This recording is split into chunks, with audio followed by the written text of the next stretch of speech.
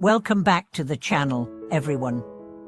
I'm truly glad you're here, because today's topic is one that touches every single one of us.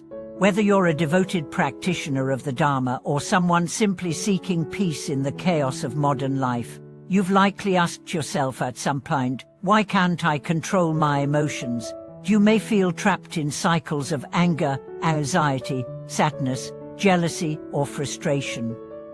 These emotions rise like storms, seemingly out of nowhere, and often leave a trail of regret, conflict, or deep sorrow. But what if I told you that the key to emotional freedom was given to us over 1,000 years ago? What if the wisdom of the sixth patriarch Huineng, the great master of Chan Buddhism, already held the exact map we need to navigate our internal storms? Today, we dive into the teachings of the Pathtopeace Sutra, not just as scholars or admirers of ancient texts, but as humans looking for real solutions. The sixth patriarch didn't just philosophize about emotions, he penetrated their essence and gave us a practical path to freedom. His guidance isn't lofty or out of reach. It is as down-to-earth as it is transcendent. To begin, let's take a moment to reflect on a quote from Huineng. The previous thought being deluded is the ordinary person, the following thought being awakened is the Buddha. That's it. That's the whole teaching in one line. And yet, this one line holds the universe. It says, you're not trapped by your emotions, you're only trapped when you stay unaware of them. Let's unpack this. Have you ever noticed how an emotion arises? Maybe someone criticizes you. Instantly, you feel the flush of irritation. The mind tightens, thoughts race. You want to defend, retaliate, or shut down. In that first moment, you're not even aware you're angry, you're just reacting. That is the previous thought being deluded. But then, something happens. You catch yourself. You notice, oh, I'm angry. That awareness is that following thought being awakened. In that instant, you are no longer just the emotion, you are the awareness of it, and that awareness is your doorway to liberation. The sixth patriarch wasn't trying to eliminate emotions, he was teaching us how to see them clearly, without identification. In the Pathtopeace Sutra, he emphasized no thought wunian, but this has often been misunderstood. No thought doesn't mean not thinking, it means not clinging. It means thoughts and emotions may rise, but you don't grab them, feed them, or become them. Emotions, like clouds, move through the sky of your mind. If you believe you are the clouds, you'll always be at their mercy.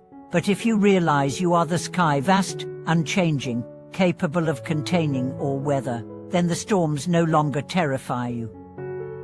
This is the heart of Huineng's teaching. Let's look at anger again. Most people see anger as a problem. Buddhism sees it as a teacher. Why are you angry? Because you think someone has violated your expectations, your sense of justice, your ego. But look deeper. That anger is not random, it reveals where you're attacked. It shows you what you still believe must go a certain way in order for you to be happy. And now you have a choice.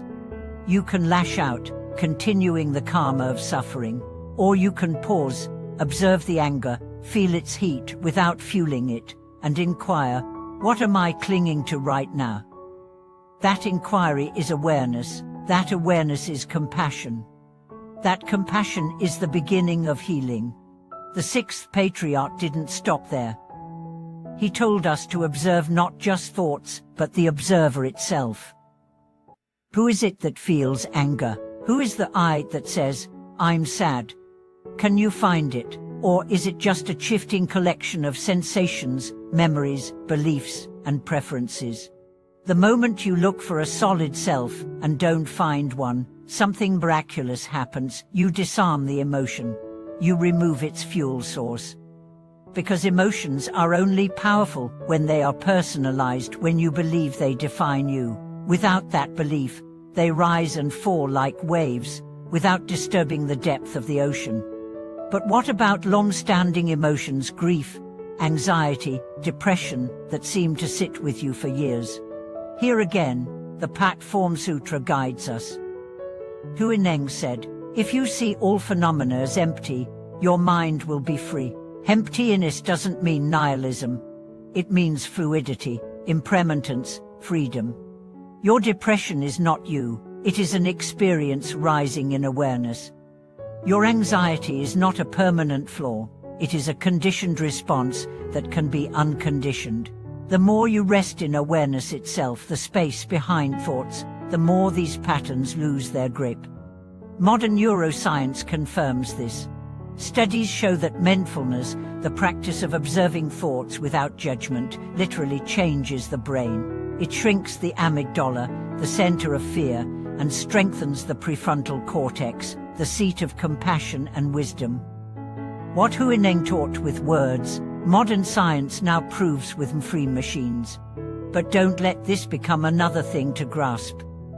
This teaching isn't about becoming superhuman. It's about becoming fully human, fully awake, fully here. Here's a practical exercise, drawn from the 6th Patriarch's wisdom. Next time you feel an emotion arise, don't judge it, don't suppress it, don't act on it. Just watch, feel it in the body, locate its temperature, texture, rhythm. Then ask, who is aware of this? Rest in that awareness. Not for hours, just for one breath, then another, then another. This is how you return to your true nature. Over time, you'll notice something profound. The emotion still comes, but it doesn't own you. The storm still rages, but your roots grow deeper. Life still challenges you, but you no longer feel broken. You begin to meet pain with softness, fear with curiosity, anger with understanding. This is not weakness. This is power, true power, the power of awakening. And all of this, every single step, comes not from escaping emotion, but from facing it with clarity and presence. So yes, you can control your emotions, but not by suppression, not by pretending they don't exist. You control them by no longer being controlled by them. You free yourself not by fighting the wave, but by becoming the ocean. Let the words of the 6th Patriarch be your guide. Let his quiet, radical wisdom remind you that nothing, no thought, no emotion, no trauma is more powerful than the awakened heart that watches it arise. You are not your anger. You are not your sadness. You are not your anxiety. You are awareness itself, vast, luminous, untouchable. And that awareness is your path home. Thank you for watching this video. If this teaching has helped you see your emotions differently, share your experience in the comments. What has been your greatest challenge with emotions, and how have you found strength?